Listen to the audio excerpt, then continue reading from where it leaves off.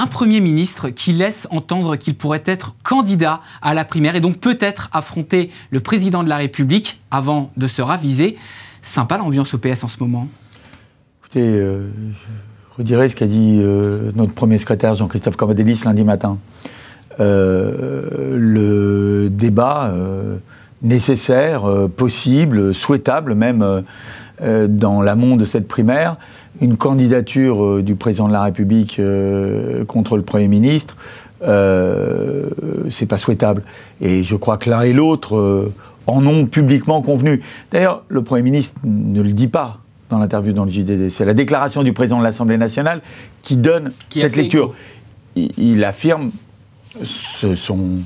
le fait qu'il est disponible. Mais prendre en conscience. C'est pour ça que le débat est logique. On est en amont d'une primaire, mais le Premier ministre et le Président en ont convenu. La candidature de l'un face à l'autre n'est pas souhaitable. Mais vous sentez quand même, vous qui êtes l'organisateur de cette primaire, la pression, la tension monter au sein du Parti socialiste? Écoutez, la gauche est divisée aujourd'hui. Et le constat que l'on peut faire quand on regarde tous les sondages d'intention de vote de la présidentielle, c'est qu'une gauche divisée, une gauche émiettée, c'est une gauche éliminée.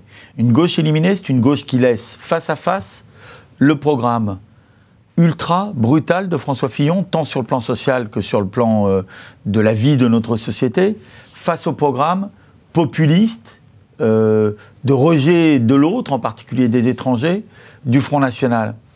Et je crois que les électeurs de gauche n'ont pas envie de ça. Et il n'y a qu'un chemin pour arriver au rassemblement de la gauche, c'est celui de la primaire.